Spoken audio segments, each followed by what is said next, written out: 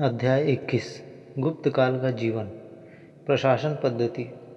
मौर्य राजाओं को विपरीत गुप्त राजाओं ने परमेश्वर, महाराजाधिराज, परम भट्टारक आदि आडंबरपूर्ण उपाधियां धारण की।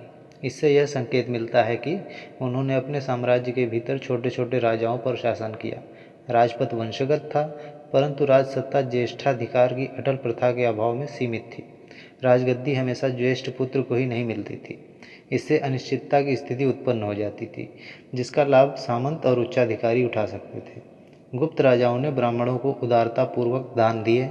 ब्राह्मणों ने राजा की तुलना विभिन्न देवताओं से करके उनके प्रति अपना आभार प्रकट किया। राजा को रक्षा और पालन करने वाले भगवान विष्णु के रूप में देखा जाने लगा और राजसत्ता की देवी लक्ष्मी विष्णु की पत्नी के रूप में सिक्कों की पीठ पर सदा अंकित होती रहीं। गुप्त सेना की संख्या ज्ञात नहीं है। लगता है राजा स्थायी सेना रखता था और सामंतों द्वारा समय समय पर प्रदत्त सेनाएं उसकी पूरक होती थीं। अश्वचालित रथ के दिन लद चुके थे और घुड़सवारों की महत्ता बढ़ गई थी। घोड़े पर सवार होकर तीर चलाना अच्छा रणकौशल था। गुप्त काल में भूमि संबंधी करों की संख्या बढ़ गई, परंतु वाणिज्य करों की संख्या घटी। संभवतः राज्य उपज का चौथे भाग से लेकर छठे भाग तक कर के रूप में लेता था। इसके अतिरिक्त जब भी राजकीय सेना गांवों से गुजरती थी तो उसे खिलाना पिलाना स्थानीय प्रजा का कर्तव्य होता था। ग्रामीण क्षेत्रों में काम करने वाले राजकीय अधिकारी अपने निर्वाह के लिए किसानों से पशु, अन्न, खाट आदि वस्तुएं लेते थे। मध्य और पश्चिम भारत में ग्रामवासियों से सरकारी सेना और अधिकारियों की सेवा के लिए बेगार कराया जाता था, जो विष्टि कहलाता था। पहले की अपेक्षा गुप्त काल में न्याय पद्धति अधिक विकसित थी। इस काल में अनेक विधि ग्रंथ संकलित किए गए।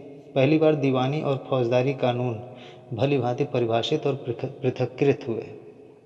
चोरी और व्यभिचार फौजदारी कानून में आए और संपत्ति संबंधी विवाद दीवानी कानून में। उत्तराधिकार के बारे में विस्तृत नियम निर्धारित हुए। पहले की भांति बहुत सारे नियमों का आधार वर्ण भेद रहा। नियम कानून बनाए रखना राजा का कर्तव्य था। राजा न्याय निर्णय ब्राह्मण पुरोहितों की सहायता से करता था। शिल्पी, वणिक आदि के संगठनों पर उनके अपने ही नियम लागू होते थे। वैशाली से और इलाहाबाद के निकटवर्ती भीटा से प्राप्त मोहरों से पता चलता है कि गुप्त काल में श्रेणियां अच्छी अवस्था में चल रही थीं। गुप्तों का अधिकारी वर्ग उतना बड़ा नहीं था जितना मौर्यों का। गुप्त साम्राज्य के सबसे बड़े अधिकारी कुमारा मात्य होते थे। उन्हें राजा उनके अपने प्रांत में ही नियुक्त करता था। शायद वे नगद वेतन पाते थे। चूंकि गुप्त लोग संभवतः वैश्य थे, इसलिए प्रशासनिक पदों पर नियुक्ति केवल उच्च वर्णों तक सीमित नहीं थी, परंतु अनेक पदों का प्रभाव एक ही व्यक्ति के हाथ में सौंपा जाने लगा और पद वंशगत हो गए। स्वभावतः राजकीय नियंत्रण शिथिल हो गया। गुप्त राजाओं ने प्रांतीय और स्थानीय शासन की पद्धति चलाई। राज्य कई भुक्तियों अर्थात प्रांतों में विभाजित था और हर भुक्ति एक एक उपरिक के प्रभार में रहती थी। भुक्तियाँ कई विषयों अर्थात जिलों में विभाजित थीं। हर विषय का प्रभारी विषयपति होता था। पूर्वी भारत में प्रत्येक विषय को वीथियों में बांटा गया था और वीथियाँ ग्रामों में विभाजित थीं। गुप्त काल में गांव का मुखिया अधिक महत्वपूर्ण हो गया। वह ग्राम श्रेष्ठों की सहायता से गांव का कामकाज देखता था। ग्रामों और छोटे छोटे शहरों के प्रशासन से प्रमुख स्थानीय लोग जुड़े हुए थे। उनकी अनुमति के बिना जमीन की खरीद बिक्री नहीं हो सकती थी। नगर के प्रशासन में व्यवसायियों के संगठनों की अच्छी साझेदारी रहती थी। वैशाली से प्राप्त सीलों से प्रकट होता है कि शिल्पी, वणिक और लिपिक एक ही संस्था में काम करते थे और इस हैसियत से वे स्पष्टतः नगर के कार्यों का संचालन करते थे। उत्तरी बंगाल के कोटि वर्ष विषय की प्रशासनिक परिषद में मुख्य वणिक, मुख्य व्यापारी और मुख्य शिल्पी शामिल थे। भूमि के अनुदान या खरीद बिक्री में उनकी सम्मति आवश्यक समझी जाती थी। शिल्पियों और वणिकों के अपने अपने अलग अलग संगठन थे।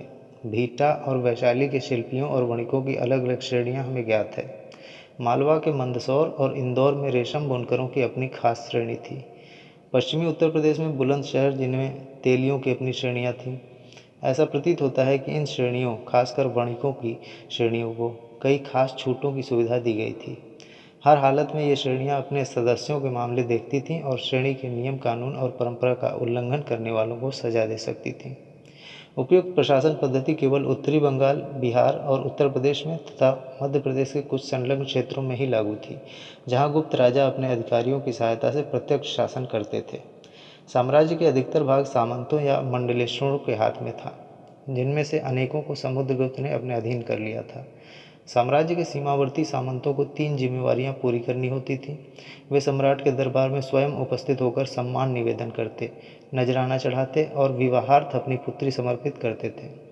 लगता है कि इसके बदले उन्हें अपने क्षेत्र पर अधिकार का शासन पत्र मिलता था। गरुड़ छाप वाली राजकीय मुहर जिन शासन पत्रों पर है, वे सामंतों के जारी किए गए प्रतीत होते हैं। इस प्रकार मध्य प्रदेश में और अन्यत्र गुप्तों के कई सामंत राज करते थे। अधीनता की स्थिति ने इन राजाओं को सामंत बना दिया था। गुप्त काल में पुरोहितों और प्रशासकों को क्षेत्र विशेष में ग्राम अनुदान के द्वारा कर ग्रहण और शासन करने की रियायत दी जाती थी, जिससे सामंत तंत्र को बल मिला। भूमि अनुदान प्रथा का आरंभ दक्कन में सातवाहनों ने किया और गुप्त काल में खासकर मध्य प्रदेश में यह सामान्य परिपाटी बन गई। पुरोहितों और अन्य धर्माचार्यों को कर मुक्त भूमि दान में दी जाती थी और उन्हें वैसे सभी कर उगाहने का अधिकार भी दे दिया जाता जो अन्यथा राजकोष में जाते।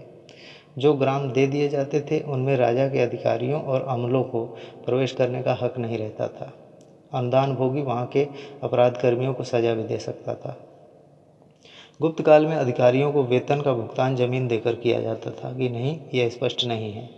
स्वर्ण मुद्रा की बहुतायत से पता चलता है कि ऊंचे अधिकारियों को नगद वेतन देने की परिपाटी चलती रही, किंतु उनमें से कुछ न कुछ अधिकारी अपना पावना भूमि के जरिए भी प्राप्त करते थे।